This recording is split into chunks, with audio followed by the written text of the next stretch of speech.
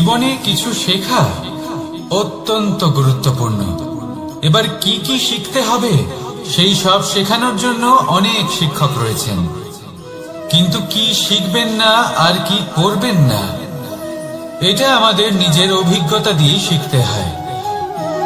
কিন্তু তার মানে এটা নয় যে যদি আপনাকে শিখতে হয় যে আগুনের তাপ কতটা, আপনাকে আগুনের মধ্যে হাত দিতে হবে। না, অন্য কারোর অভিজ্ঞতা দ্বারাও শিখতে পারেন। প্রশ্ন শুধুমাত্র একটাই যে আপনি কি শিখতে চান নাকি চান না। যদি আপনি এটাই ভাবেন যে আমি শুধুই নিজের অভিজ্ঞতা দ্বারাই শিখতে চাই, তাহলে জীবনকাল ছোট মনে হবে, অনেক কিছুই শিখতে পারবেন না। তাই নিজের সাথে সাথে বড়দের অভিজ্ঞতা দ্বারাও শেখা শুরু করে দিন। এই সংসারের অভিজ্ঞতা দ্বারা শিখতে শুরু করে দিন। আর এটা নিশ্চিত রূপে শেখা আবশ্যক যে কখন কি করবেন না, কোথায় থামতে হবে আর কোথায় থামবেন না। তাহলে আসুন আর আমার সাথে ভালোবেসে বলুন, রাধা রাধা।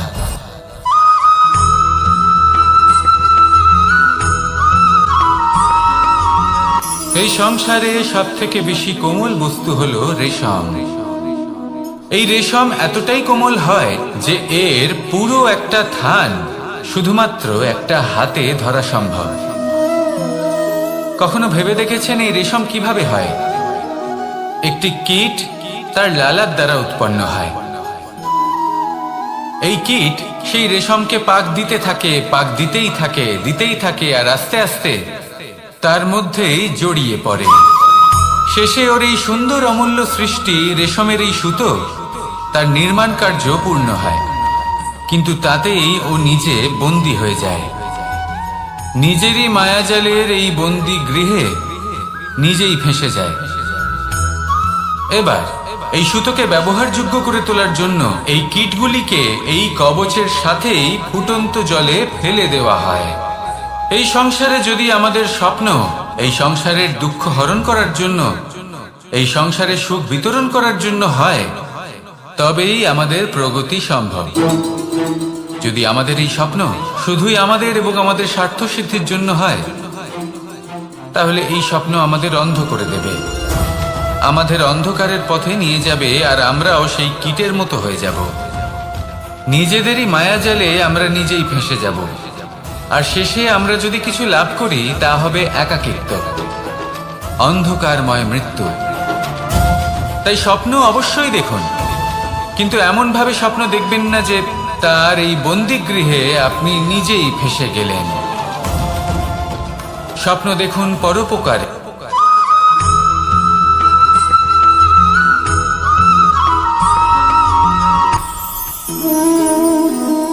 শক্তি এক অত্যন্ত বিচিত্র বস্তু, বা বলতে পারেন অনুভূতি। পিতা সবসময় চান যেন তিনি তার শক্তি পুত্রকে। আসুন আপনাকে সহজে বোঝাই। যদি আপনি সুপাত্র হন আর আপনাকে শক্তি দেওয়া হয়, তাহলে আপনি সেই শক্তির গুরুত্ব বুঝবেন, কোথায় সেই শক্তি প্রয়োগ করা উচিত সেটা বুঝবেন। আর এটা যেহেতু অর্জন করা শক্তি হবে, সেই শক্তির অপব্যবহার হবে না। কিন্তু যদি এই আপনি কুপাত্র হন আর যদি আপনাকে এই শক্তি দেওয়া হয়, তাহলে কি হবে? দেখতে গেলে এই শক্তি আপনি দান হিসেবে পেয়েছেন, তাই না আপনি এই শক্তির গুরুত্ব বুঝবেন আর না এর প্রয়োগ আপনি জানবেন। তার অপব্যবহার হওয়া সুনিশ্চিত। তাই যদি আপনি কোনো শক্তি অর্জন করতে চান, তাহলে আগে তার যোগ্য হয়ে উঠুন, পুত্র নয় পাত্র হয়ে উঠুন। আর আমার সাথে ভালোবেসে বলুন, রাধা রাধা।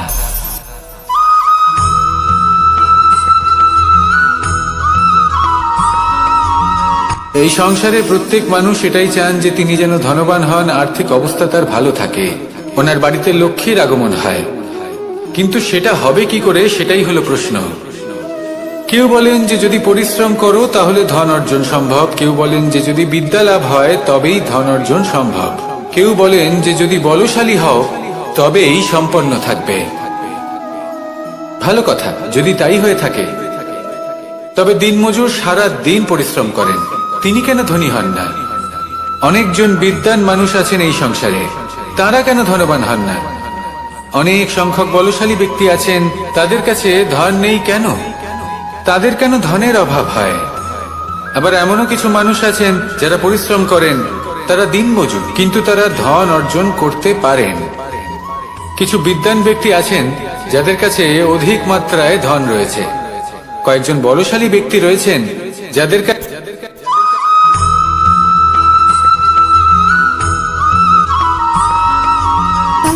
সুখ, দুঃখ এবং শক্তি, এই তিন হলো এই সংসারের ত্রিদেবের মতো। আমাদের জীবনে যা কিছু ঘটছে এই তিনটির ভিত্তির উপরেই হচ্ছে। আসলে এই সংসারের একটা নিয়ম আছে, যখনই আপনি কিছু লাভ করেন এই সংসার আপনার পরীক্ষা নেয়। এটা জানার জন্য আপনার পরীক্ষা নেয় যে আপনি যা কিছুই লাভ করেছেন আপনি কি আদৌ সেটার যোগ্য কিনা। ঠিক সেইভাবেই এই সুখ, দুঃখ এবং শক্তি আপনার পরীক্ষা নিয়ে থাকে।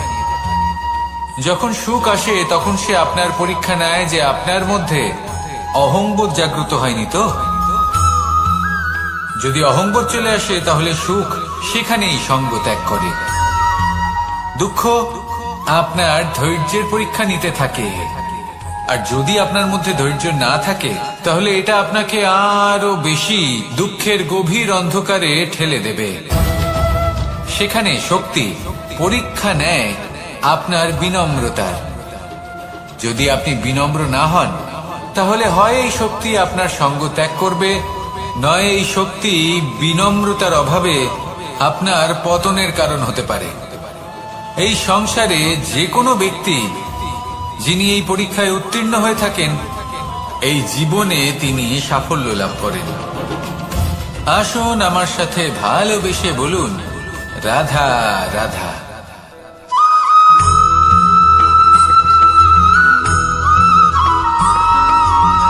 পঞ্চতত্ত্বের মধ্যে দ্বিতীয় তত্ত্ব হল ধরণী, ভূমি, যাকে আমরা ধরণী মাতা বলি। এই ধরণী ধৈর্য ধারণ করে, আর এর ওপরেই আমাদের সমগ্র সংসার নির্ভরশীল। কারণ এই ভূমি সহ্য ক্ষমতা রাখে, এর সহ্য ক্ষমতা হল অপরিসীম। সন্তান যতই আঘাত প্রদান করুক না কেন প্রেম পূর্বক সহ্য করে, আর তার বদলে অমূল্য রত্ন প্রদান করে। সন্তান যদি হাল চালায় তাহলে তার বদলে তাকে অন্ন প্রদান করে। এটাই হলো ধরণী। এবার এর থেকে আমরা কি শিক্ষা পেতে পারি? এটাই যে কারোর জন্য কিছু করা বা কাউকে কিছু দেওয়া মনে কোনো কামনা ছাড়াই। আর এই কথাটা বুঝে যান, যদি কারোর জন্য কামনা না রেখে বা কোনো পাওয়ার আশা না রেখে কারোর জন্য কিছু করেন বা কারোকে কিছু দেন, যদি এটা আপনি শিখতে পারেন তবে আপনি ভালোবাসতে শিখে গেছেন। আর সেই জন্যই এই ধরিত্রীকে মাতা বলা হয়। কারণ মাতা শুধু উনি নন যিনি গর্ভে সন্তানকে ধারণ করেন, মাতা তো উনিও যিনি জীবন বাঁচতে শেখান, যিনি জীবন বাঁচার উদাহরণ প্রদান করেন। তাহলে ধরণীর থেকে এই নিঃস্বার্থ ভাব শিখুন, নিঃস্বার্থ ভালোবাসা শিখুন, আর এই ভালোবাসার সাথেই বলুন, রাধা রাধা।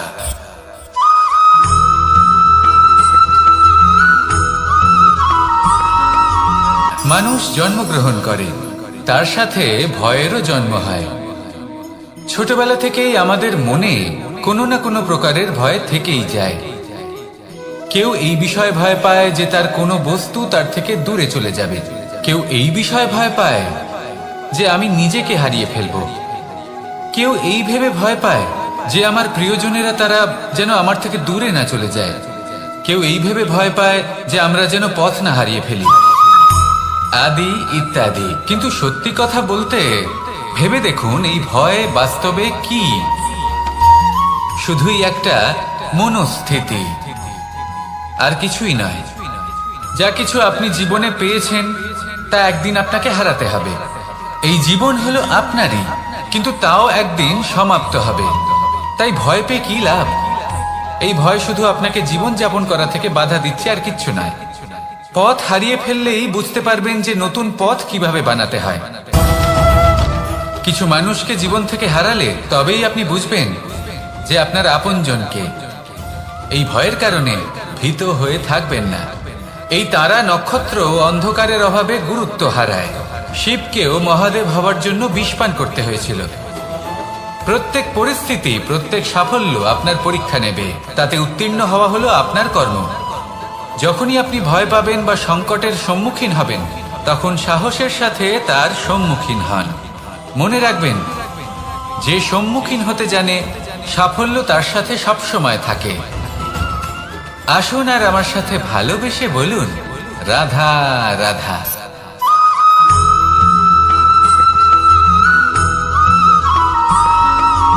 জীবনে অগ্রসর হওয়ার জন্য আমাদের কাকে প্রয়োজন হয়?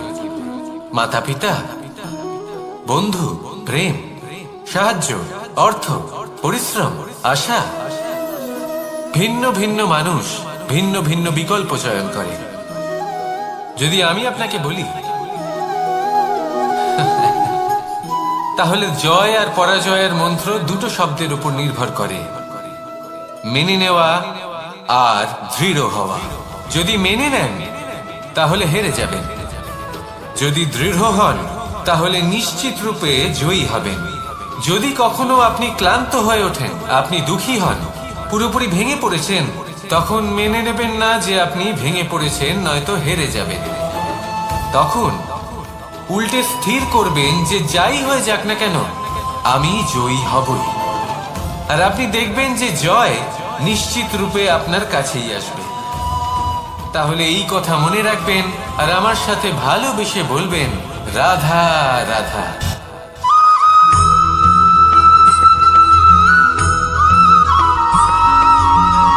এই সংসারে কোনো বস্তু হোক বা ব্যক্তি হোক, তার একার গুরুত্ব কিন্তু খুব বেশি নয়। একটা উদাহরণ হিসেবে বৃষ্টির ফোঁটাকে ভেবে দেখুন।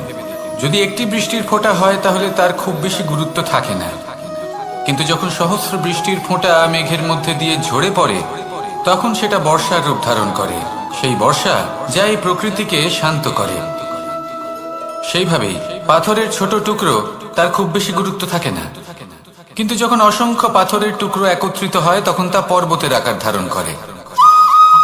সেইভাবেই কিছু মানুষ যখন একত্রিত হন তখন তৈরি হয় পরিবার, কিছু পরিবার যখন একত্রিত হয় তখন তৈরি হয় সমাজ, যখন অনেক সংখ্যক সমাজ একত্রিত হয় তখন তৈরি হয় রাজ্য। এবার এই রাজ্যের সব থেকে গুরুত্বপূর্ণ ব্যক্তি হতে পারেন রাজা, কিন্তু তাও সেই রাজা একা কিছু করতে পারেন না। যুদ্ধ লড়ার সময় তারও নিজের সৈন্যদলকে প্রয়োজন পড়ে।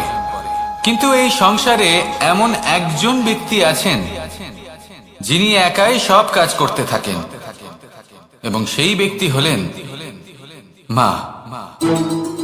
আমাদের জীবনে একজন পিতার ভূমিকা কিন্তু নিঃসন্দেহে অমূল্য, কিন্তু আমাদের সকলের জীবনে যে ভূমিকা একজন মায়ের তা অন্য কারোর থাকে না।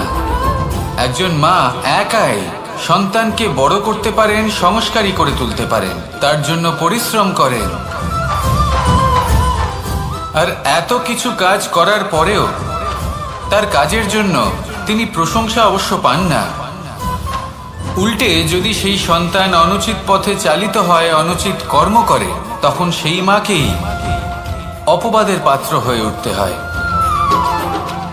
আমাদের জীবনে মায়ের যোগদান কতটা সেটা বুঝুন। আপনাকে বড় করে তোলার জন্য উনি কতটা পরিশ্রম করেছেন সেটা বুঝুন। আজ থেকে, এখন থেকে, এই মুহূর্ত থেকে মাকে সম্মান করতে শিখুন। যখন সময় পাবেন, যখন সুযোগ হবে, তখন তার প্রশংসা করুন, ওনারও ভালো লাগবে। আর মায়ের এই মমতার জন্য, তার এই ভূমিকার জন্য আসুন সবাই মিলে আমরা তাকে প্রণাম করি, আর সকলে মিলে ভালোবেসে বলি, রাধা রাধা।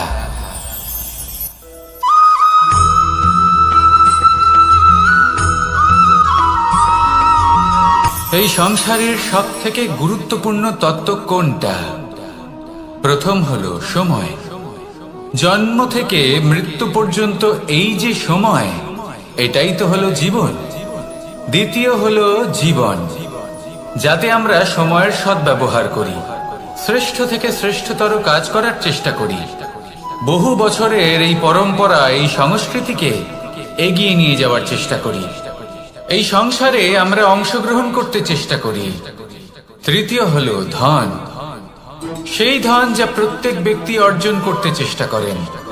এবার এই তিনটি তত্ত্বের মধ্যে একটা সামঞ্জস্য আছে, সমান ব্যাপার আছে, সে ধনই হোক বা সময় হোক বা হোক জীবন।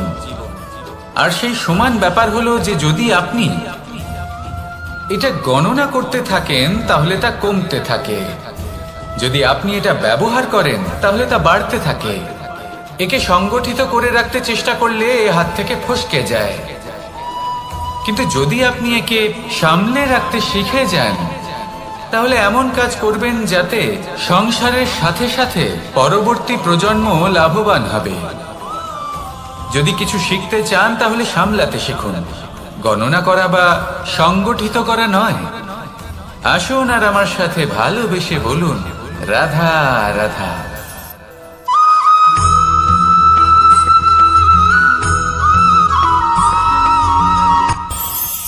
এই সংসারে আমরা প্রকাশ কোথা থেকে পাই? এর উত্তর বড়ই সরল। ভোরে যখন সূর্যোদয় হয় তখন প্রকাশের কিরণ আমাদের ঘরে এসে পৌঁছয়, এইভাবেই আমরা প্রকাশ লাভ করি। এবার এই প্রকাশের আলোতেই আমরা সারাদিনের কাজ সম্পন্ন করি। সন্ধে হয়ে যায়, সূর্যাস্ত হয়ে যায়, আর আমাদের ঘর যাতে অন্ধকার না হয় তার জন্য আমরা একটা প্রদীপ প্রজ্বলিত করি। এটাই ঘটে আমাদের জীবনেও। এবার প্রবাহমান আয়ুর সাথে আমরা আমাদের অন্তরে যদি একটা প্রদীপ প্রজ্বলিত করে নিই তাহলে বিষয়টাই অন্যরকম হবে। এবার আপনি বলবেন কোন প্রকাশের কথা বলছি যে আমাদের অন্তরে জাগ্রত করা সম্ভব? আমাদের আত্মার মাঝে প্রেমের প্রকাশ জাগ্রত করার কথা বলছি, কারণ আমাদের এই জীবন এও হলো দিনের আলোর মতো। আজ প্রকাশ আছে, কিন্তু কোনোদিন অবশ্যই অস্ত হবে। কিন্তু অস্ত হবার আগে যদি আমরা আমাদের আত্মার মাঝে প্রেমের এই প্রকাশ উজ্জ্বলিত করে নিই তাহলে আমাদের সন্ধ্যাকালও আমরা আনন্দে এবং প্রেমে যাপন করব। তাহলে আসুন আর আমার সাথে ভালোবেসে বলুন, রাধা রাধা।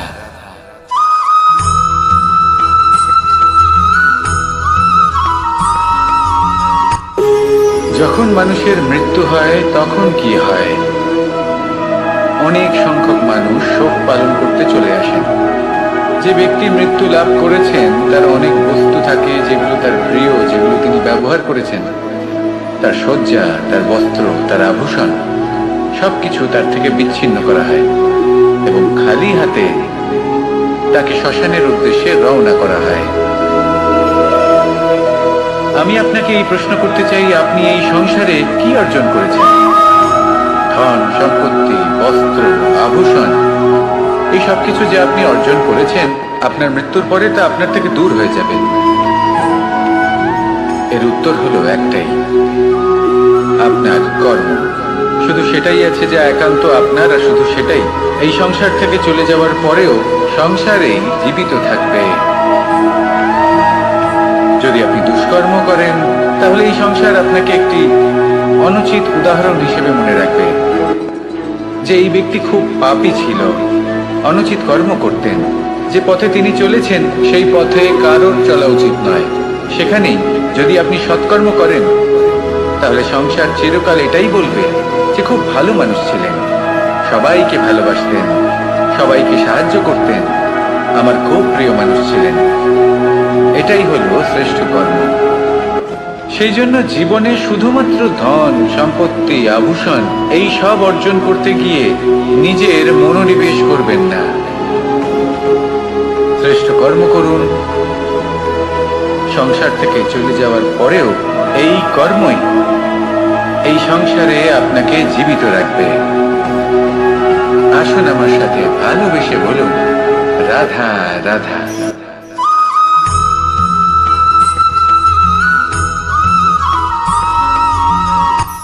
এই সংসারে সাফল্য লাভ করার জন্য জ্ঞানের প্রয়োজন হয়, পরিশ্রমের প্রয়োজন হয়, দৃঢ় নিষ্ঠার প্রয়োজন হয়, নিরন্তর চেষ্টা করা প্রয়োজনীয়। কিন্তু আরো কিছু আছে যা অত্যন্ত প্রয়োজনীয় এবং গুরুত্বপূর্ণ। তা হলো ভালো বন্ধু। তাদের থাকা অত্যন্ত প্রয়োজনীয়। যদি ভালো বন্ধু থাকে তাহলে সময় এলে তারা ঢাল হয়ে আপনাকে সুরক্ষা করবেন। সময় এলে অস্ত্রের মতো শত্রুকে সংহারও করবেন।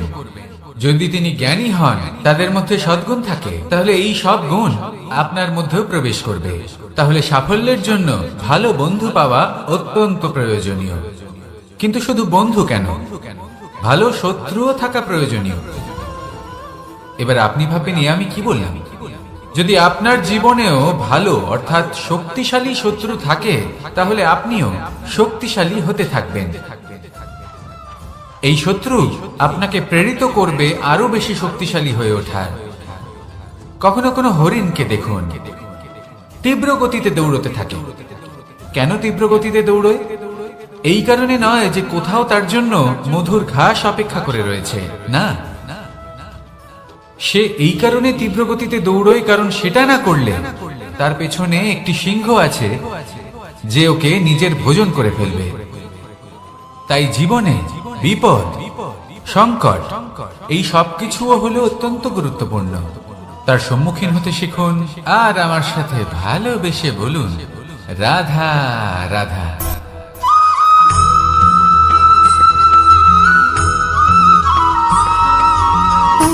সুখ, দুঃখ এবং শক্তি, এই তিন হলো এই সংসারের ত্রিদেবের মতো। আমাদের জীবনে যা কিছু ঘটছে এই তিনটির ভিত্তির উপরেই হচ্ছে। আসলে এই সংসারের একটা নিয়ম আছে। যখনই আপনি কিছু লাভ করেন, এই সংসার আপনার পরীক্ষা নেয়।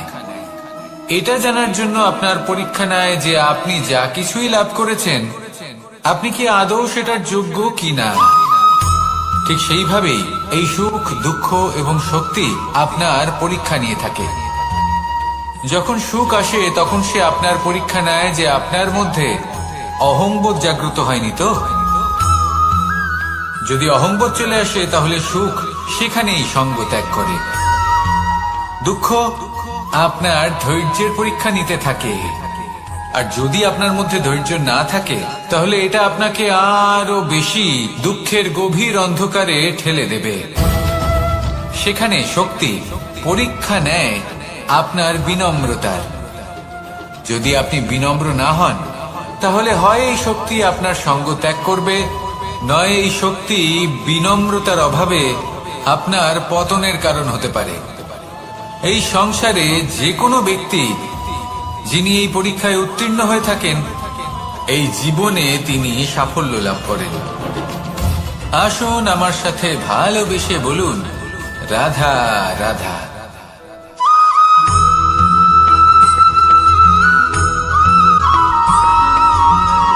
পুরুষার্থ। শাস্ত্রে 4 ধরনের পুরুষার্থের কথা বলা হয়েছে। প্রথম হলো ধর্ম। আপনি কি জানেন এই ধর্ম আসলে কি? আপনার কি মনে হয় ধর্ম আসলে কি? কোনো বিশেষ ঈশ্বরকে মানাই কি ধর্ম বলা হয়? নাকি কোনো বিশেষ রীতি পালন করাই হলো ধর্ম? নাকি কোনো বিশেষ সাহিত্যকে সর্বশ্রেষ্ঠ মনে করাই হলো ধর্ম? না, ধর্ম হলো সেটা যাকে ধারণ করা যেতে পারে। আর ধারণ শুধু সেটাই করা যায় যা পবিত্র। পবিত্র শুধু তাকেই বলা হয় যা নিঃস্বার্থ, যার মধ্যে শাসন করার কোনো ইচ্ছে নেই, যা সরলভাবেই প্রবাহমান, জল এবং বায়ুর মতো। যখন কোনো ব্যক্তি ধর্মকে ধারণ করেন এবং সেই ধর্ম সেই ব্যক্তিকে রক্ষা করে, তখন তাকে ধর্ম বলা হয়। ধর্ম যা রক্ষা করে অহংকার থেকে, খারাপ চিন্তার হাত থেকে। সেই জন্য পুরুষার্থ গড়ে তোলার আগে, ধর্ম পালন করার আগে ধর্মের প্রকৃত অর্থ কি সেটা বুঝে নিন। এটা জেনে রাখুন যে সমস্ত ধর্মের আধার, সমস্ত ধর্মের ভিত শুধুমাত্র ভালোবাসা। আসুন আর এই ভালোবাসার সাথেই বলুন, রাধা রাধা।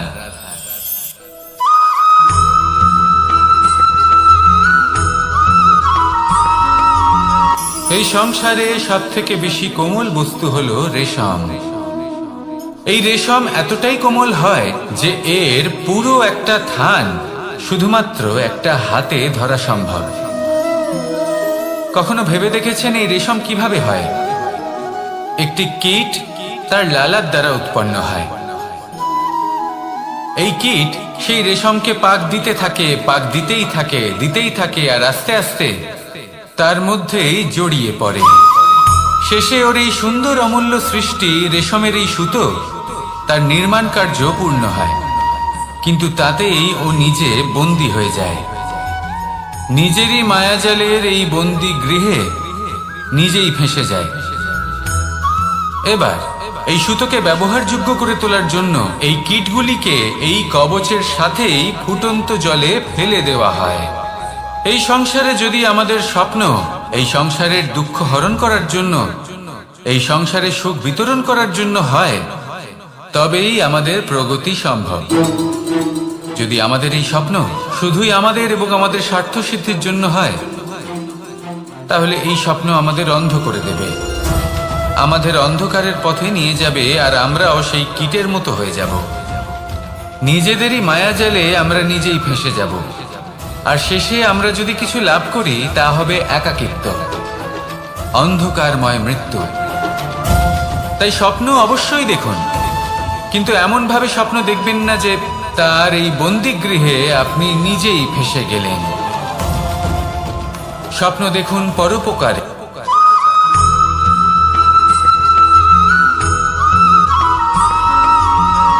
কেউ বলে জীবন খুব ক্ষণস্থায়ী, কেউ বলে জীবন হলো একটা সুন্দর স্বপ্নের মতো, আবার কেউ বলবে জীবন হলো এক কঠোর সত্য।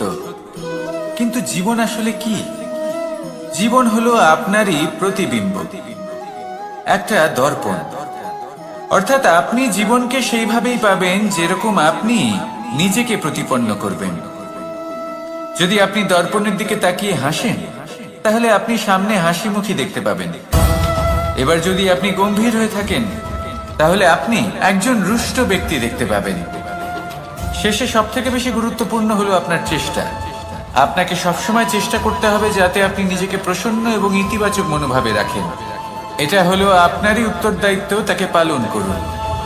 এই মনকে প্রসন্ন রাখুন, এই সংসারকে সুন্দর বলে মনে হবে, আর এই মন প্রসন্ন হয়ে বলবে রাধা রাধা।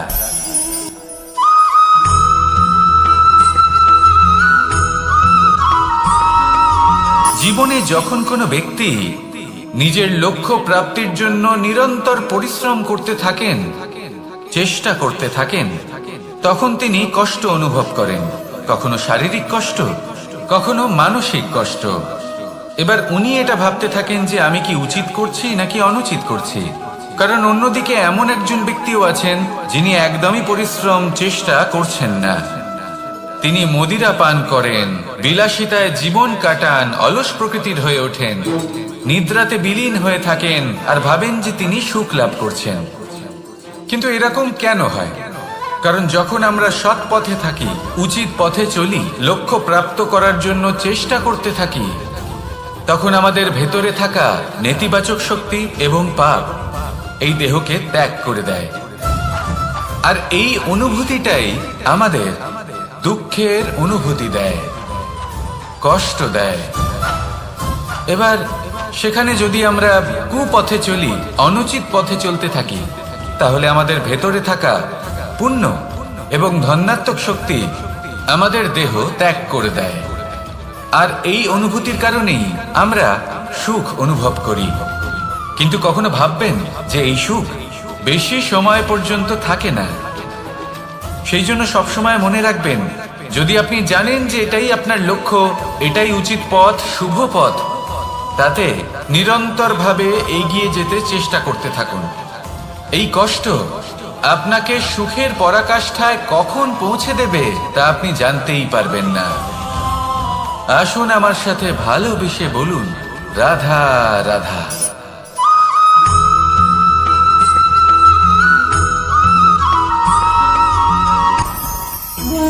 ভোজন।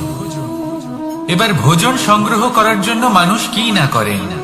সবসময় চেষ্টা করতে থাকেন, ফসল উৎপাদনের জন্য অনেক পরিশ্রম করতে থাকেন, কিন্তু অনেক সময় অনেক পরিশ্রম করার পরেও ফসল ভালো উৎপাদন হয় না। এর কারণ কি? কারণ হলো এটাই যে আপনি পরিশ্রম হয়তো অনেক করেছেন, কিন্তু আপনার নজর তো সেই বীজের দিকে ছিলই না যা আপনি রোপণ করেছেন। সেই জন্য সবসময় কোনো বীজ রোপণ করার আগে তাকে পরখ করে দেখুন, তা অত্যন্ত আবশ্যক। আর সেইভাবেই যখনই কোনো কর্মের প্রশ্ন আসে, তাহলে সেখানে শুধুমাত্র পরিশ্রম যথেষ্ট নয়, সেই কাজের প্রতি আপনার কর্তব্য কি, আপনার উদ্দেশ্য কি, সেটা জানা হলো অত্যন্ত গুরুত্বপূর্ণ। তাই কর্ম করুন, কিন্তু সেই কর্মের প্রতি আপনার যা উদ্দেশ্য তার মাহাত্ম্য বুঝতে চেষ্টা করুন। তাহলে আসুন আমার সাথে ভালোবেসে বলুন, রাধা রাধা।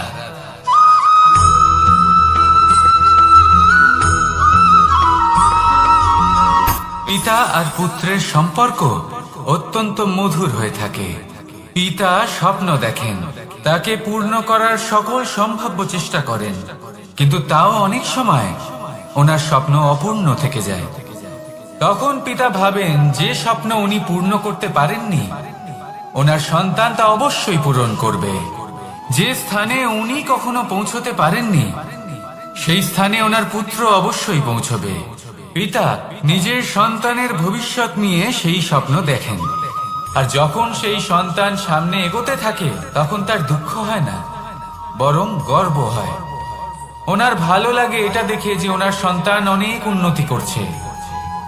কিন্তু যখন সন্তান নিজের অভিভাবকের শক্তি দেখে, তার যশ দেখে হিংসা করতে থাকে, সমস্যা সেইখানেই শুরু হয়। সেই জন্য সকল সন্তানকে এটা মনে রাখতে হবে, দেখুন, পুত্র হবার সুবাদে, এক সন্তান হবার সুবাদে এটা হলো আপনার অধিকার যে আপনি আপনার পিতার থেকে বেশি উন্নতি করবেন। আপনার পিতাও এটাই চান, কিন্তু সুস্থভাবে এটা করুন। একটা রেখা টেনে নিন, যাতে আপনি তাতে এগোতে পারেন আর আপনার পিতার তাতে গর্ববোধ হয়, আর সেই বিষয়ে দুঃখ না হয় যে আমার সন্তান আমাকেই ছোট করার চেষ্টা করছে। ইতিহাস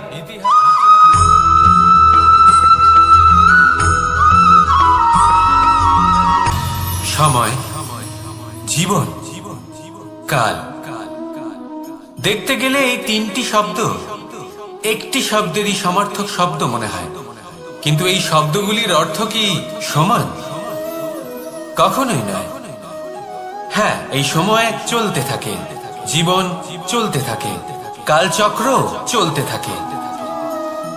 এই সময় কেটে যায়, কিন্তু এই জীবন, একে যাপন করতে হয়। কি বলেন?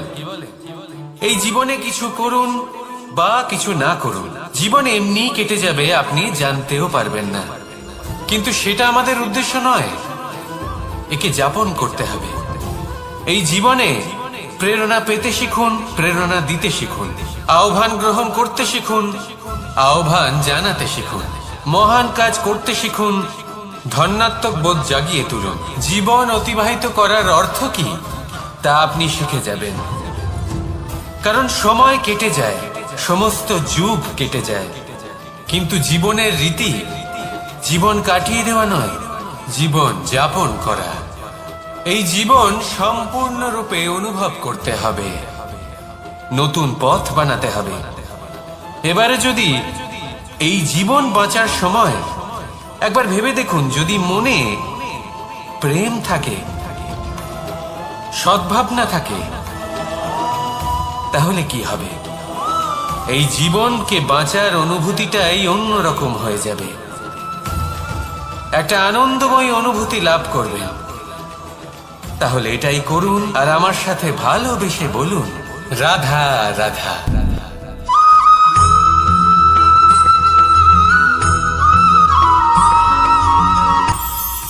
এটা হলো ধান গাছ, এর থেকে যে চাল উৎপন্ন হয় তা মানুষ গ্রহণ করেন। আর এটা কি? এ হলো জংলি ঘাস, একবার ভেবে দেখুন, যদি এই জংলি ঘাস ধান গাছের আশেপাশে থাকে তাহলে কি হবে?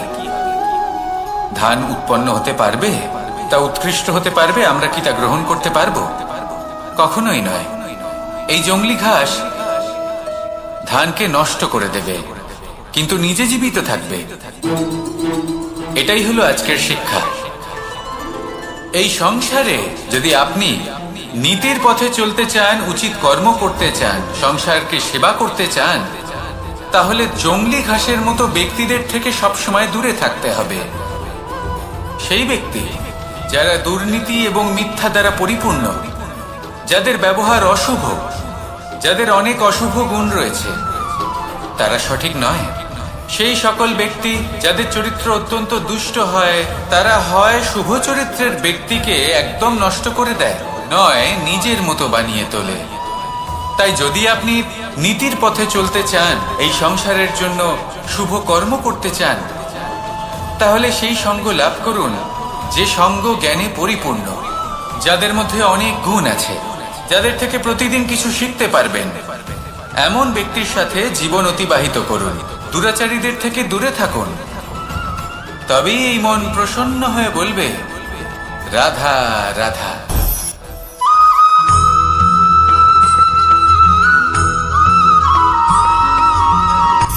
সূচের শেষে একটি ছিদ্র থাকে, যার দ্বারা আমরা এই সুতো পরাতে পারি, আর তারপর সূচের সাহায্যে এই সুতো দিয়ে বস্ত্র সেলাই করা যায়। কিন্তু যদি সুতোটা সোজা করে ধরা না হয়, তাহলে সূচে কখনো এই সুতো পরানোই সম্ভব নয়। যদি এতে কোনো গিঁট পড়ে, তখন তা কখনোই এই ছিদ্র দ্বারা প্রবেশ করা সম্ভব নয়। ঠিক এইভাবেই যদি আপনি কারোর জীবনে প্রবেশ করতে চান, কারোর অন্তরে প্রবেশ করতে চান, তাহলে আপনাকেও সহজ থাকতে হবে। এতে কোনো গিঁট থাকলে চলবে না, অর্থাৎ মনে যাতে কোনো মালিন্য না থাকে, যেন কোনো কুচিন্তা না থাকে। যদি এসব থাকে, তাহলে আপনি কখনো কারোর জীবনে প্রবেশ করতে পারবেন না। আর যদি কোনোভাবে আপনি প্রবেশ করেও যান, তাহলে তার মনে ঘর করতে পারবেন না। নিজেকে এই সুতোর মতন করে তুলুন, সহজ। মনে যেন কোনো কুচিন্তা না থাকে, সবার প্রতি যেন সদ্ভাবনা থাকে, শুভ চিন্তা থাকে। এমনটা করতে থাকুন। এমন একটা দিন আসবে যেদিন এই সমস্ত সংসারের ব্যক্তির মনে আপনি বাস করবেন, আর তখন এই মন প্রসন্ন হয়ে বলবে, রাধা রাধা।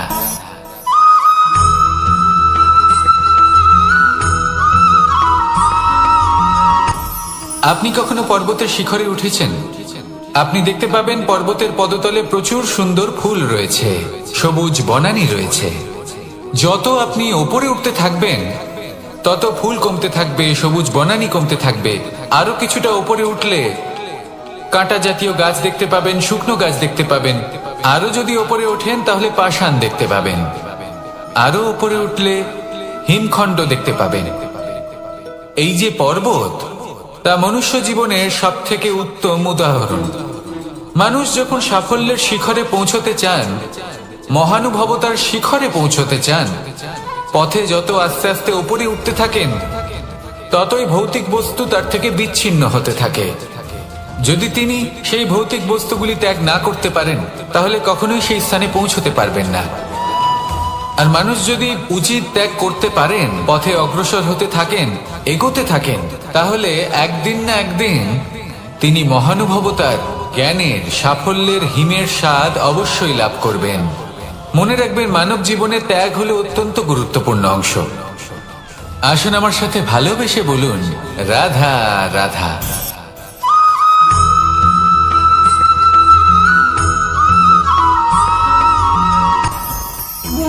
ভোজন। এবার ভোজন সংগ্রহ করার জন্য মানুষ কি না করেন, সব সময় চেষ্টা করতে থাকেন। ফসল উৎপাদনের জন্য অনেক পরিশ্রম করতে থাকেন, কিন্তু অনেক সময় অনেক পরিশ্রম করার পরেও ফসল ভালো উৎপাদন হয় না। এর কারণ কি? কারণ হলো এটাই যে আপনি পরিশ্রম হয়তো অনেক করেছেন, কিন্তু আপনার নজর তো সেই বীজের দিকে ছিলই না যে আপনি রোপণ করেছেন। সেই জন্য সব সময় কোনো বীজ রোপণ করার আগে তাকে পরখ করে দেখুন, তা অত্যন্ত আবশ্যক। আর সেইভাবেই যখনই কোনো কর্মের প্রশ্ন আসে, তাহলে সেখানে শুধুমাত্র পরিশ্রম যথেষ্ট নয়, সেই কাজের প্রতি আপনার কর্তব্য কি, আপনার উদ্দেশ্য কি, সেটা জানা হলো অত্যন্ত গুরুত্বপূর্ণ। তাই কর্ম করুন, কিন্তু সেই কর্মের প্রতি আপনার যা উদ্দেশ্য তার মাহাত্ম্য বুঝতে চেষ্টা করুন। তাহলে আসুন আমার সাথে ভালোবেসে বলুন, রাধা রাধা।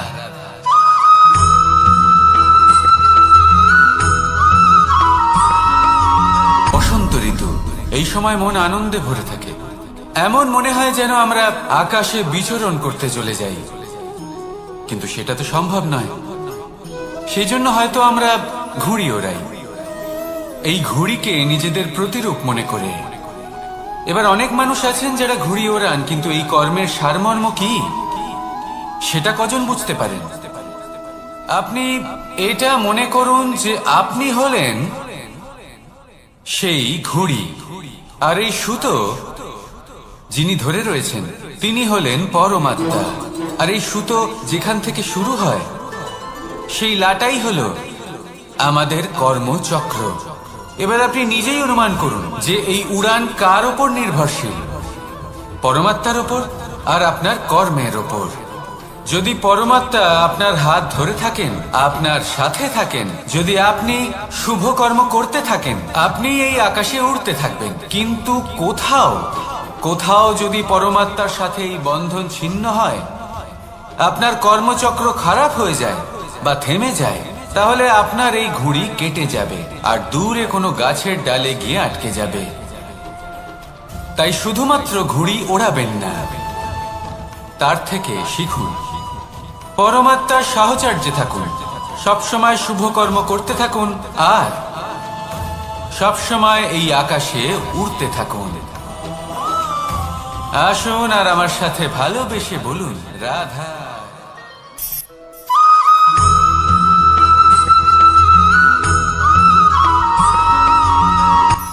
এই সংসারে সাফল্য লাভ করার জন্য জ্ঞানের প্রয়োজন হয়, পরিশ্রমের প্রয়োজন হয়, দৃঢ় নিষ্ঠার প্রয়োজন হয়, নিরন্তর চেষ্টা করা প্রয়োজনীয়।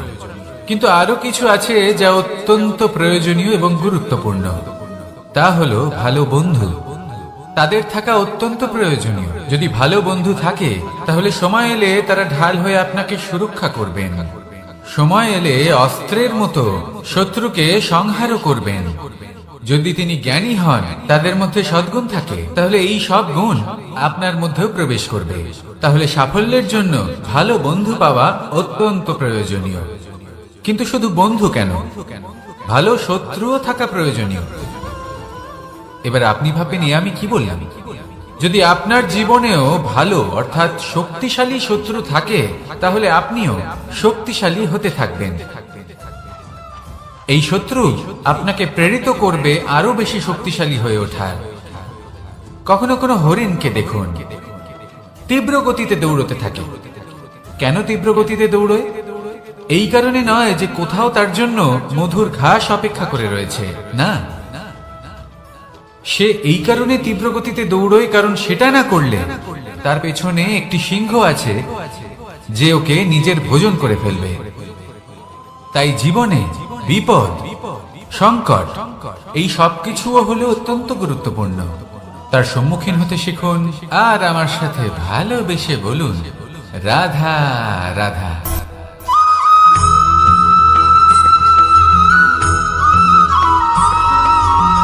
ভালোই, শুধু ওনাদের কঠোর ব্যবহার দেখলে আমরা একটু ভয় পেয়ে যাই। এবার ওনাদের এই কঠোর ব্যবহার আমাদের ভালো না লাগলেও অত্যন্ত আবশ্যক, কারণ মাতার থেকে আমরা যে শক্তি লাভ করি তা যেন নিয়ন্ত্রণ হারিয়ে বিধ্বংসী না হয়ে ওঠে। আমরা যেন কোনো কুপথে না চলে যাই, আমরা কখনো যেন দোষ না করে ফেলি। শুধু সেই জন্য পিতা এবং গুরু একটু কঠোর হয়ে ওঠেন, এবং ওনাদের এই কঠোর আচরণ ভবিষ্যতে গিয়ে আমরা অবশ্যই বুঝতে পারি।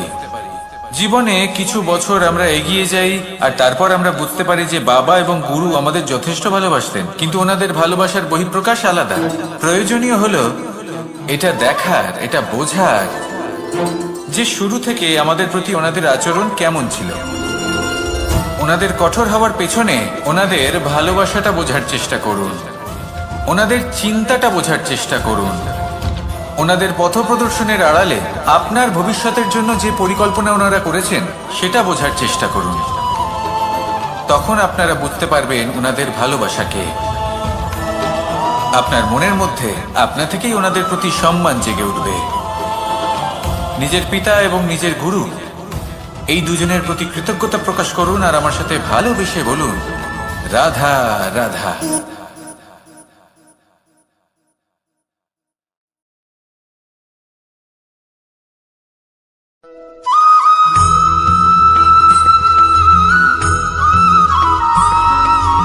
কথায় আছে, প্রত্যেক পুত্র তার পিতার প্রতিচ্ছবি হয়, আর সমস্ত প্রতিচ্ছবি চায় যেন সে তার অস্তিত্ব প্রাপ্ত করতে পারে।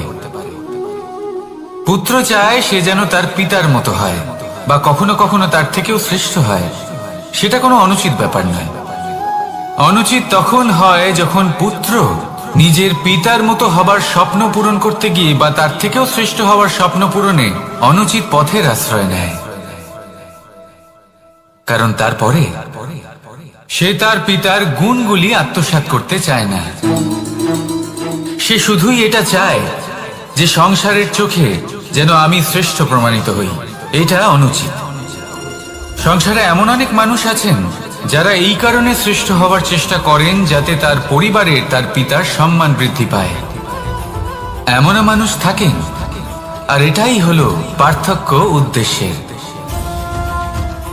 মনে রাখবেন, যদি আপনার উদ্দেশ্য শুভ হয় তাহলে পথও শুভ হবে, যদি আপনার উদ্দেশ্য অশুভ হয় তাহলে পথও অশুভ হবে।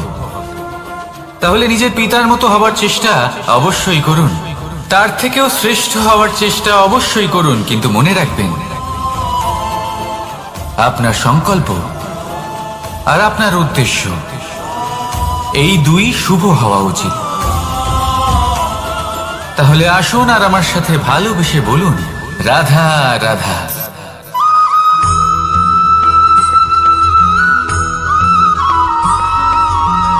আপনি কখনো কোনো বাজকে নিজের বাসা বানাতে দেখেছেন? এই বাজ যখনই কোনো বাসা বানায় তখন উঁচু গাছের ডালে বা কোনো পর্বতের শিখরে বাসা বানায়, অনেক উচ্চতায়, আর সেখানে তার সন্তানও জন্মগ্রহণ করে। যখন এই সন্তানেরা জন্মায় তখন এই বাজ খুবই ভালোবেসে এবং খুব সাবধানে এদের পালন পোষণ করে। নিজের ঠোঁট দিয়ে তাদের ঠোঁটে খাবার পরিবেশন করে। কিন্তু যেই সেই সন্তানেরা হৃষ্টপুষ্ট হয়ে যায় এবং সেই কথা বাজ নিজে বুঝতে পেরে যায়, সেই বাজ নিজেই সেই বাসা ছিন্ন ভিন্ন করে দেয়। সেই সন্তান যাদের সবেমাত্র ডানা গজিয়েছে, কিভাবে উঠতে হয় তারা জানে না, সেই সন্তানগুলিকে উচ্চতা থেকে ঠেলে দেয়। সেই সন্তান প্রথমে ভয়ভীত হয়ে যায়।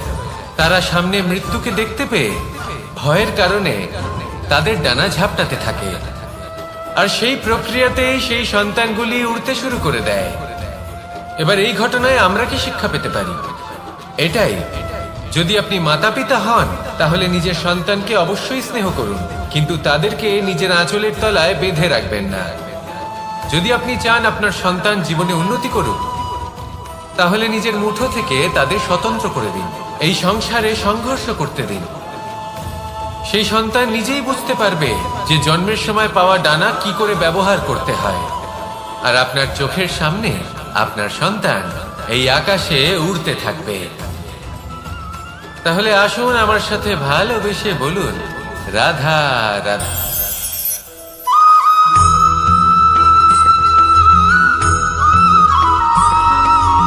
ফিরে আসছিলেন এবং তাদের ফেরার পথে হঠাৎ করে কোথাও থেকে একটি বাছুর চলে এলো।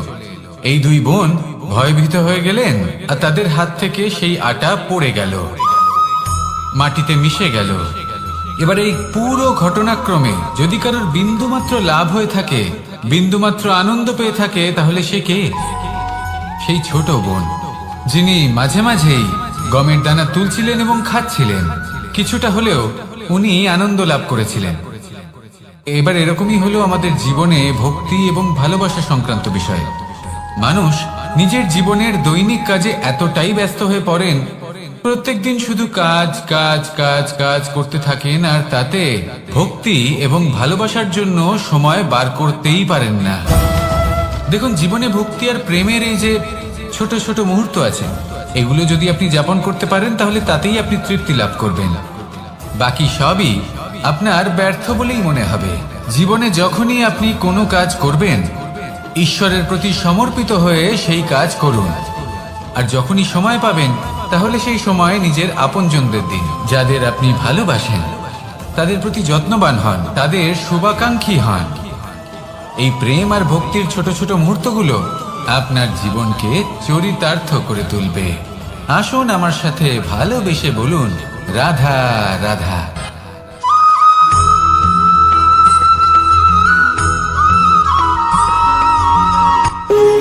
যখন মানুষের মৃত্যু হয় তখন কি হয়? অনেক সংখ্যক মানুষ শোক পালন করতে চলে আসেন। যে ব্যক্তি মৃত্যু লাভ করেছেন তার অনেক বস্তু থাকে যেগুলো তার প্রিয়, যেগুলো তিনি ব্যবহার করেছেন। তার শয্যা, তার বস্ত্র, তার আভূষণ সবকিছু তার থেকে বিচ্ছিন্ন করা হয় এবং খালি হাতে তাকে শ্মশানের উদ্দেশ্যে রওনা করা হয়। আমি আপনাকে এই প্রশ্ন করতে চাই, আপনি এই সংসারে কি অর্জন করেছেন? ধন সম্পত্তি, বস্ত্র, আভূষণ, এই সব কিছু যে আপনি অর্জন করেছেন, আপনার মৃত্যুর পরে তা আপনার থেকে দূর হয়ে যাবে। এর উত্তর হলো একটাই, আপনার কর্ম। শুধু সেটাই আছে যা একান্ত আপনার, আর শুধু সেটাই এই সংসার থেকে চলে যাওয়ার পরেও সংসারেই জীবিত থাকবে। যদি আপনি দুষ্কর্ম করেন, তাহলে এই সংসার আপনাকে একটি অনুচিত উদাহরণ হিসেবে মনে রাখবে যে এই ব্যক্তি খুব পাপী ছিল, অনুচিত কর্ম করতেন। যে পথে তিনি চলেছেন সেই পথে কারোর চলা উচিত নয়। সেখানেই যদি আপনি সৎকর্ম করেন, তাহলে সংসার চিরকাল এটাই বলবে যে খুব ভালো মানুষ ছিলেন, সবাইকে ভালোবাসতেন, সবাইকে সাহায্য করতেন, আমার খুব প্রিয় মানুষ ছিলেন। এটাই হলো শ্রেষ্ঠ কর্ম। সেই জন্য জীবনে শুধুমাত্র ধন সম্পত্তি, আভূষণ এই সব অর্জন করতে গিয়ে নিজের মনোনিবেশ করবেন না। শ্রেষ্ঠ কর্ম করুন। সংসার থেকে চলে যাওয়ার পরেও এই কর্মই এই সংসারে আপনাকে জীবিত রাখবে। আসুন আমার সাথে ভালোবেসে বলুন, রাধা রাধা।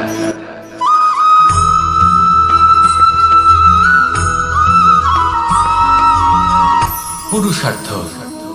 শাস্ত্রে 4 ধরনের পুরুষার্থের কথা বলা হয়েছে। প্রথম হলো ধর্ম। আপনি কি জানেন এই ধর্ম আসলে কি? আপনার কি মনে হয় ধর্ম আসলে কি? কোনো বিশেষ ঈশ্বরকে মানাই কি ধর্ম বলা হয়? নাকি কোনো বিশেষ রীতি পালন করাই হলো ধর্ম? নাকি কোনো বিশেষ সাহিত্যকে সর্বশ্রেষ্ঠ মনে করাই হলো ধর্ম? না, ধর্ম হলো সেটা যাকে ধারণ করা যেতে পারে। আর ধারণ শুধু সেটাই করা যায় যা পবিত্র। পবিত্র শুধু তাকেই বলা হয় যা নিঃস্বার্থ, যার মধ্যে শাসন করার কোনো ইচ্ছে নেই, যা সরলভাবেই প্রবাহমান, জল এবং বায়ুর মতো। যখন কোনো ব্যক্তি ধর্মকে ধারণ করেন এবং সেই ধর্ম সেই ব্যক্তিকে রক্ষা করে, তখন তাকে ধর্ম বলা হয়। ধর্ম যা রক্ষা করে অহংকার থেকে, খারাপ চিন্তার হাত থেকে। সেই জন্য পুরুষার্থ গড়ে তোলার আগে, ধর্ম পালন করার আগে ধর্মের প্রকৃত অর্থ কি সেটা বুঝে নিন।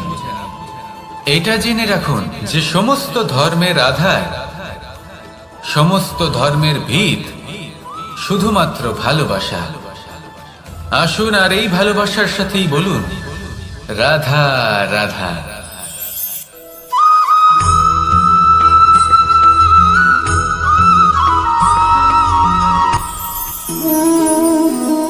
শক্তি এক অত্যন্ত বিচিত্র বস্তু, বা বলতে পারেন অনুভূতি।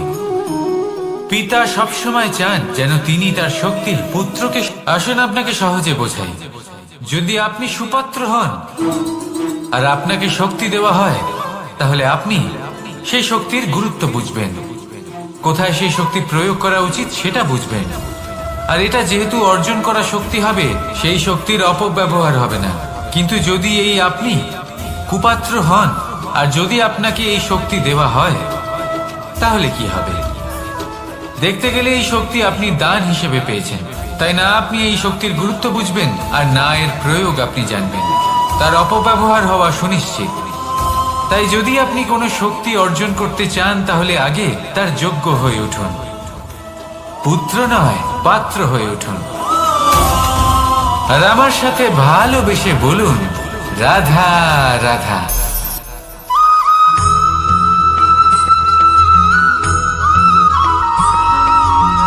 কথায় আছে যে এমন কোনো অক্ষর নেই যার দ্বারা কোনো মন্ত্র হয় না। এমন কোনো বনস্পতি নেই যা নিজেই একটা ঔষধি নয়। পৃথিবীর এমন কোনো ব্যক্তি নেই যার মধ্যে কোনো যোগ্যতা থাকে না। শুধু প্রয়োজন হলো যে ব্যক্তিকে আমরা খুঁজে চলেছি তাকে সঠিকভাবে চিনে নেওয়া। যদি তার যোগ্যতা, তার বিশেষত্ব আমরা বুঝতেই না পারি, তাহলে আর লাভ কি রইল? এই সংসারে এমন অনেক ব্যক্তি রয়েছেন যারা ছোট ছোট অসফলতার কারণে আপনাকে এটা বলে দেবে যে আপনি কোনো কাজের নন, আপনি হলেন মূর্খ, আপনি কিছুই করতে পারবেন না। এইসব কথায় কখনোই বিশ্বাস করবেন না, কারণ আপনি এবং প্রত্যেকটি জীব এই পরমাত্মা এবং এই প্রকৃতির সৃষ্টি, যা অত্যন্ত বিশেষ। যদি আপনাকে উদাহরণ দিই, তাহলে একদিকে আছে তরোয়াল, একটা বড় লম্বা তরোয়াল, যার দ্বারা যুদ্ধ করা যায়, জয়লাভ করা যায়। আর অন্যদিকে রয়েছে একটা ছোট্ট সূচ, কিন্তু যে কাজ একটা ছোট্ট সূচ করতে পারে তা একটা তরোয়াল দ্বারা সম্ভব নয়। এর অর্থ হলো এটাই যে প্রত্যেকটা রচনা অত্যন্ত অমূল্য এবং অত্যন্ত বিশেষ হয়। তাহলে বিশ্বাস রাখুন যে আপনি অত্যন্ত বিশেষ একজন। আর প্রেমের সাথে বলুন, রাধা রাধা।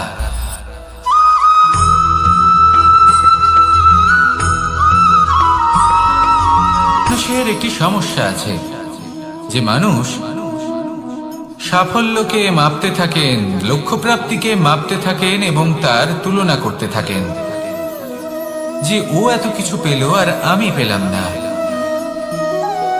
ওর কাছে এত কিছু আছে কিন্তু আমার কাছে নেই। এই তুলনা করার জন্য ওনারা দুঃখী হয়ে পড়েন, নিরাশ হয়ে পড়েন। তাই আমি একটা প্রশ্ন করছি যে এটা কি উচিত? এই সংসারে আপনি কি নিয়ে তুলনা করবেন, যেখানে সূর্যদেব চন্দ্রমা দুজনেই আছেন, দুজনেই হলেন বিশেষ, দুজনেই নিজ নিজ সময়ে উদিত হন। এদের মধ্যে একজন না থাকলে তাহলে আমাদের জীবন কঠিন হয়ে পড়বে। ঠিক সেইভাবেই আপনি যদি একটা বড় রেখা অঙ্কন করেন, তাহলে অন্য রেখাটি ছোট হয়ে পড়ে না, সে তেমনই থাকে যেমনটা সে ছিল। আপনার অস্তিত্ব কখনো ছোট বা বড় হতে পারে না। শুধু তুলনা করার জন্য আপনার এটা মনে হতে পারে। যদি আপনি যুদ্ধ করতে চান, আপনার তলোয়ারের প্রয়োজন পড়বে। যদি বস্ত্র তৈরি করতে চান, এত বড় তলোয়ার দিয়ে কিছুই হবে না, তখন প্রয়োজন পড়বে একটা ছোট্ট সূচের। তাই তুলনা করবেন না, না নিজেকে ছোট মনে করবেন, না অন্য কাউকে। সবার সাথে সহযোগিতা করুন, আর যদি তুলনা করতেই হয় নিজের সাথে করুন, যে কাল আমি কেমন ব্যক্তি ছিলাম, আজ কি তার থেকে শ্রেষ্ঠ হয়ে উঠতে পেরেছি? ভেবে দেখুন ভবিষ্যতে গিয়ে আপনি কতটা শ্রেষ্ঠ ব্যক্তি হতে পারেন। আসুন আমার সাথে ভালোবেসে বলুন, রাধা রাধা।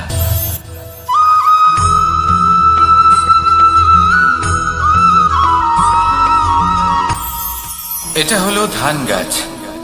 এর থেকে যে চাল উৎপন্ন হয় তা মানুষ গ্রহণ করেন। আর এটা কি? এ হলো জংলি ঘাস। একবার ভেবে দেখুন, যদি এই জংলি ঘাস ধান গাছের আশেপাশে থাকে তাহলে কি হবে? ধান উৎপন্ন হতে পারবে? তা উৎকৃষ্ট হতে পারবে? আমরা কি তা গ্রহণ করতে পারবো? কখনোই নয়। এই জংলি ঘাস ধানকে নষ্ট করে দেবে, কিন্তু নিজে জীবিত থাকবে। এটাই হলো আজকের শিক্ষা। এই সংসারে যদি আপনি নীতির পথে চলতে চান, উচিত কর্ম করতে চান, সংসারকে সেবা করতে চান, তাহলে জংলি ঘাসের মতো ব্যক্তিদের থেকে সবসময় দূরে থাকতে হবে।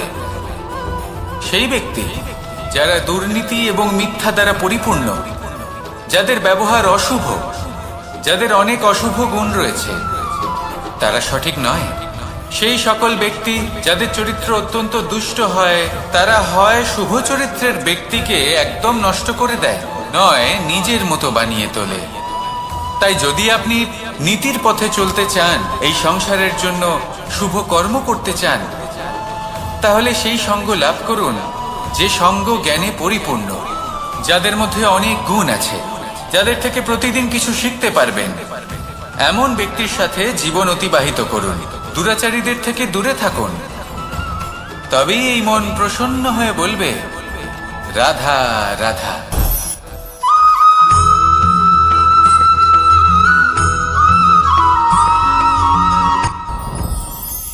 সাথী। সাথী এই শব্দটির ব্যাখ্যা কে কিভাবে করে? মিত্র, সখা, বন্ধু। কিন্তু অর্থ একটাই, তিনি যিনি আপনার সঙ্গী হন আর তিনি যার সাথী আপনি হন। এবার সব থেকে বড় প্রশ্ন হলো এটাই যে তিনি কে হতে পারেন যাকে আপনি আপনার সাথী বলে মেনে নিতে পারেন, নিজের সখা, নিজের মিত্র, নিজের বন্ধু মেনে নিতে পারেন। আপনার সাথী হলেন তিনি যিনি দুঃখের সময় আপনার পাশে থাকবেন, আপনার হাত ধরে থাকবেন। আপনার সাথী হলেন তিনি যার হাত আপনি নিজের সুখের দিনে ধরে থাকবেন। সেই সাথীরই হাত ধরুন যিনি দুঃখে সবসময় আপনাকে সাহায্য করার জন্য তৎপর হয়ে থাকেন, আপনার পাশে থাকেন, আর যাকে সুখের দিনে আপনি আপনার সাথে রাখতে পারেন। আর যখন আপনার সাথে আপনার এই সাথী থাকবে, তখন আপনি এটা বুঝবেন যে যখন জীবনে দুঃখ আসে, তখন এই দুঃখ কমে যায়, সবার মধ্যে ভাগ হয়ে যায়। আর যদি তখন সুখ আসে, তাহলে সেটা সবার উপস্থিতিতে আরো বেড়ে যায়। এটাই হলো প্রেম, এটাই হলো ভালোবাসা, এটাই হলো সঙ্গ। যেমন সম্পর্ক আমার আর রাধার মাঝে। তাহলে আসুন আর আমার সাথে ভালোবেসে বলুন, রাধা রাধা।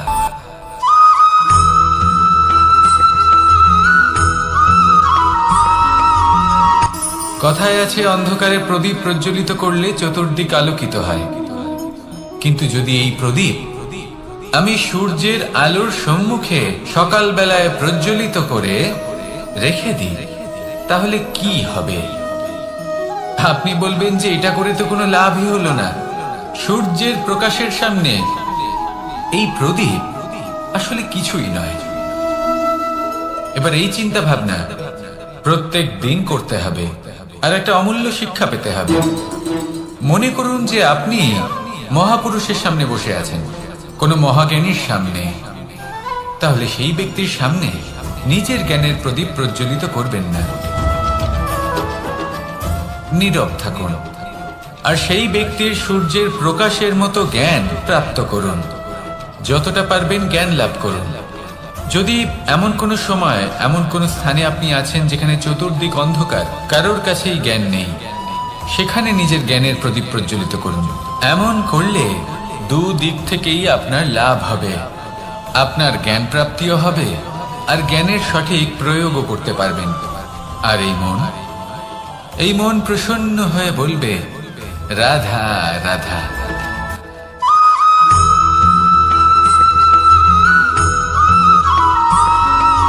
প্রত্যেক মানুষ নিজের জীবনে হীরক তথা হিরে এবং দর্পণ, এই দুই দেখেছেন। এই দুই হলো সাদা, এবং এরা দুজনেই আলোর প্রতিফলন ঘটায়, এবং এরা দুজনেই উজ্জ্বল হয়ে ওঠে। আপনি হয়তো মনে মনে ভাবছেন যে এটা কি ধরনের তুলনা করছি। একটা হিরে তো রত্ন, তার মূল্য দর্পণের থেকে অনেক গুণ বেশি। কিন্তু হিরে থাকাতে দর্পণের মূল্য কিন্তু কোনো অংশে কমে যায় না, তাই না? মানুষ যখন হিরে নিজের হাতে নেয়, তখন সবার আগে কি খোঁজে? দর্পণ, যাতে তার মধ্যে দিয়ে দেখে সে বুঝতে পারে যে সেই হিরে আদৌ তার শোভাবর্ধন করছে কিনা, তাকে ভালো দেখাচ্ছে কিনা, প্রসাধনের জন্য সেটা ব্যবহার করা ঠিক হবে কিনা। অর্থাৎ হীরের উপস্থিতিতে দর্পণের গুরুত্ব কম হলো না, দর্পণের কারণে হীরের মূল্য বোঝা গেল। আমাদের জীবনেও ঠিক এরকমই ঘটে। আপনারা যদি এই সংসারে নিজের আশেপাশে দেখেন, এমন অনেক মানুষ দেখতে পাবেন যারা নিজেদের ক্ষেত্রে মহান স্থানে পৌঁছেছেন, নিপুণ এবং শ্রেষ্ঠ হয়েছেন। আর তাদের মধ্যে আপনার নিজের মনে হয় যেন আপনি হলেন দর্পণ। নিজেকে ছোট মনে করবেন না। আপনার মূল্য কম হচ্ছে না, আপনার নিজস্ব মূল্য আছে। আর যদি আপনার অস্তিত্ব না থাকে, তাহলে ওনাদের অস্তিত্বের মূল্য সংসার বুঝতেই পারবে না। জীবনে সবসময় চেষ্টা করবেন যাতে আপনি আরো বেশি শ্রেষ্ঠ হয়ে উঠতে পারেন। আপনি নিজে যে স্থানে আছেন সেটাকে ছোট মনে করবেন না, তারও নিজস্ব একটা মূল্য আছে। যদি আপনি হিরে হয়ে থাকেন তাহলে অহংকার করবেন না, যদি আপনি দর্পণ হয়ে থাকেন তাহলে নিজেকে ছোট মনে করবেন না। আসুন আর আমার সাথে ভালোবেসে বলুন, রাধা রাধা।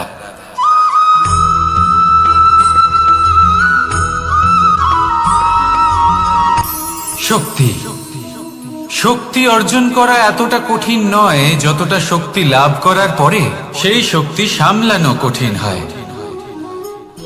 কারণ যেই মানুষ শক্তি লাভ করে তার মনে গর্ববোধ জন্মায়, জন্মায় অহংকার, জন্মায় জেদ। তাই শক্তি প্রাপ্ত করার সাথে বিনম্র থাকাও অত্যন্ত আবশ্যক। আর এটা আমাদের শেখা উচিত বৃক্ষের থেকে। বৃক্ষ যা আমাদের ফল দেয়, বৃক্ষ যা যত ফল দেয় ততটাই ঝুঁকে যায়। আমরা পাথর মারি ওই বৃক্ষের থেকে ফল প্রাপ্ত করার জন্য। সেই পাথরের মার সহ্য করেও বৃক্ষ আমাদের ফল দেয়। কোনো গর্ববোধ নেই, কোনো অহংকার বোধ নেই। আর সেই জন্য এই বৃক্ষের পুজো করা হয়। এটাই হলো মাহাত্ম্য শক্তির সাথে বিনম্রতা। যদি এই শক্তি সৃজন করে থাকে, সাহায্য করে থাকে, সম্বল হয়ে থাকে, তবেই সেই শক্তি উপযুক্ত। আর নয়তো সেই শক্তি একদিন আপনাকে আসক্ত অবশ্যই করবে। তাহলে শক্তি অবশ্যই অর্জন করুন, কিন্তু তার সাথে সেই শক্তি সামলানোর মতো বিবেকও আপনাকে অবশ্যই জাগ্রত করতে হবে। তাহলে আসুন আমার সাথে ভালোবেসে বলুন, রাধা রাধা।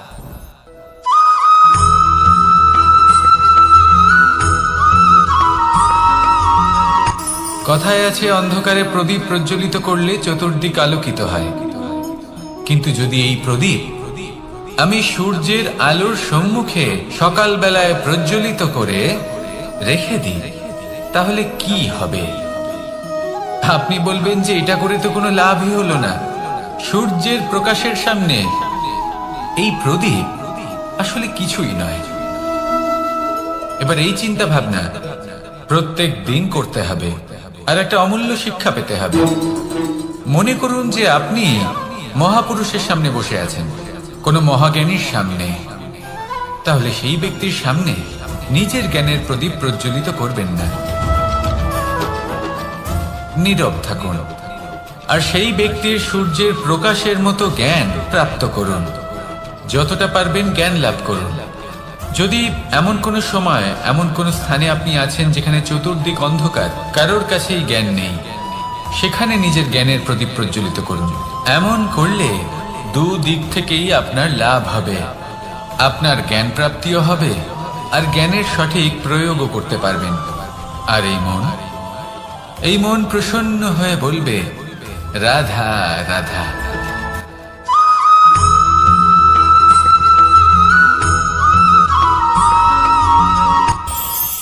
এই সংসারে আমরা প্রকাশ কোথা থেকে পাই?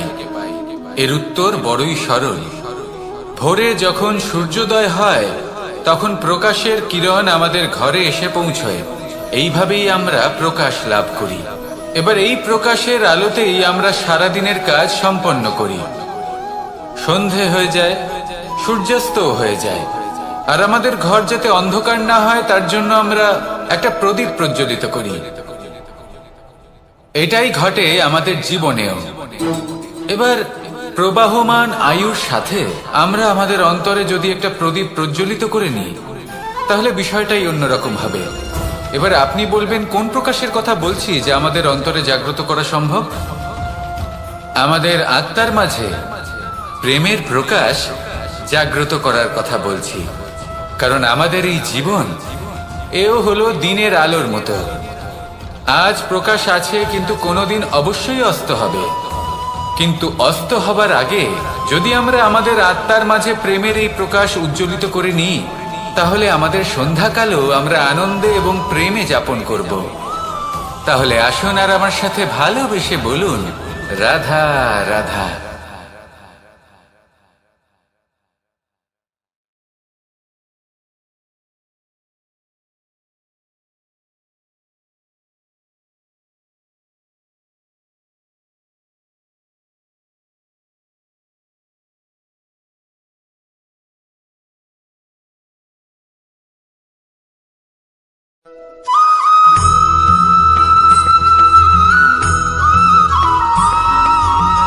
কথায় আছে যে এমন কোনো অক্ষর নেই যার দ্বারা কোনো মন্ত্র হয় না, এমন কোনো বনস্পতি নেই যা নিজেই একটা ঔষধি নয়, পৃথিবীর এমন কোনো ব্যক্তি নেই যার মধ্যে কোনো যোগ্যতা থাকে না।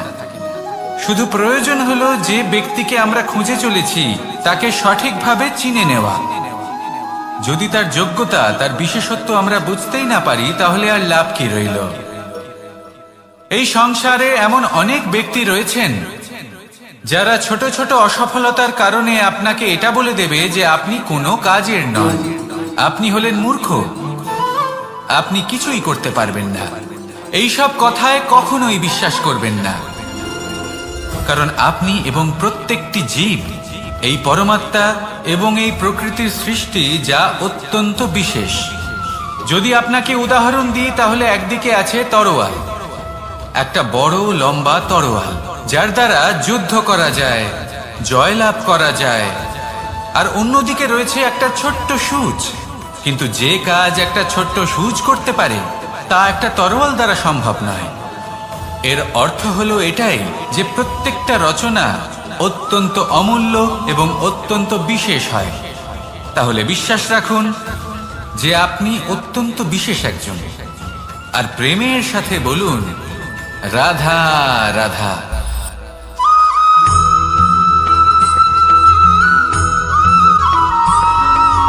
জীবনে যখন কোনো ব্যক্তি নিজের লক্ষ্য প্রাপ্তির জন্য নিরন্তর পরিশ্রম করতে থাকেন, চেষ্টা করতে থাকেন, তখন তিনি কষ্ট অনুভব করেন, কখনো শারীরিক কষ্ট, কখনো মানসিক কষ্ট। এবার উনি এটা ভাবতে থাকেন যে আমি কি উচিত করছি নাকি অনুচিত করছি, কারণ অন্যদিকে এমন একজন ব্যক্তিও আছেন যিনি একদমই পরিশ্রম, চেষ্টা করছেন না। তিনি মদিরা পান করেন, বিলাসিতায় জীবন কাটান, অলস প্রকৃতির হয়ে ওঠেন, নিদ্রাতে বিলীন হয়ে থাকেন আর ভাবেন যে তিনি সুখ লাভ করছেন। কিন্তু এরকম কেন হয়? কারণ যখন আমরা সৎ পথে থাকি, উচিত পথে চলি, লক্ষ্য প্রাপ্ত করার জন্য চেষ্টা করতে থাকি, তখন আমাদের ভেতরে থাকা নেতিবাচক শক্তি এবং পাপ এই দেহকে ত্যাগ করে দেয়। আর এই অনুভূতিটাই আমাদের দুঃখের অনুভূতি দেয়, কষ্ট দেয়। এবার সেখানে যদি আমরা কুপথে চলি, অনুচিত পথে চলতে থাকি, তাহলে আমাদের ভেতরে থাকা পুণ্য এবং ধনাত্মক শক্তি আমাদের দেহ ত্যাগ করে দেয়। আর এই অনুভূতির কারণেই আমরা সুখ অনুভব করি। কিন্তু কখনো ভাববেন যে এই সুখ বেশি সময় পর্যন্ত থাকে না। সেই জন্য সবসময় মনে রাখবেন, যদি আপনি জানেন যে এটাই আপনার লক্ষ্য, এটাই উচিত পথ, শুভ পথ, তাতে নিরন্তরভাবে এগিয়ে যেতে চেষ্টা করতে থাকুন। এই কষ্ট আপনাকে সুখের পরাকাষ্ঠায় কখন পৌঁছে দেবে তা আপনি জানতেই পারবেন না। আসুন আমার সাথে ভালোবেসে বলুন, রাধা রাধা।